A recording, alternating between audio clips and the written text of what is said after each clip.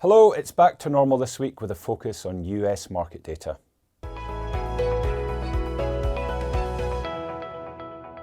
Good morning everyone and welcome to the week ahead. So the UK budget is firmly in the rearview mirror, and in fact the government will probably be pleased that yields on UK gilts fell somewhat last week, indicating no inflation pressures implied by the market in the latest budget announcement. So we can focus in on the US. Now, with the US government still reopening to some extent, the data is beginning to trickle in. Some of it is delayed, one of those measures being the non-farm payrolls print, which would normally be published on the first Friday of every new month. Well, we're going to have to wait another 2 weeks for that data. So this week we'll be looking at some survey data which doesn't just come from the Bureau of Labour Statistics.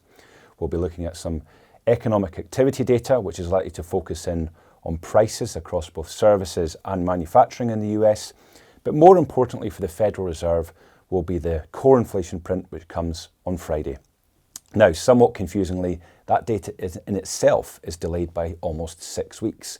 It's only going to be inflation data for the month of September.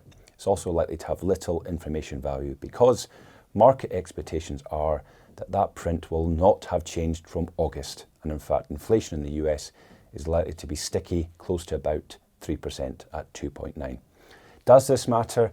Well, it does matter for the US Federal Reserve Voting Committee, which will meet in 2 weeks. This is the last inflation data they will have, and because it's lagged and because they will only have limited employment data, they're somewhat going to have to guess and make an estimate for what to do with policy rates in 2 weeks based off this stale data. In fact, they're likely to take the most cautious approach. Markets imply that they will hold rates firm and perhaps wait to the next meeting in late January before they make any assessment.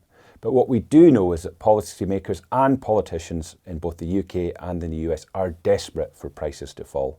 Both countries have inflation too high and are hoping for inflation to fall back towards 2% next year. Donald Trump in particular, given that there are US midterms. However, markets are taking this all in their stride and are expecting more interest rate cuts next year, and we have stock markets near all-time highs. So all is well and nothing for policymakers in either country to worry about.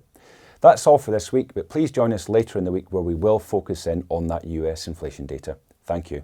This video is not a recommendation or personal financial advice. With investing, your capital is at risk. Investments can fluctuate in value and you may get back less than you invest.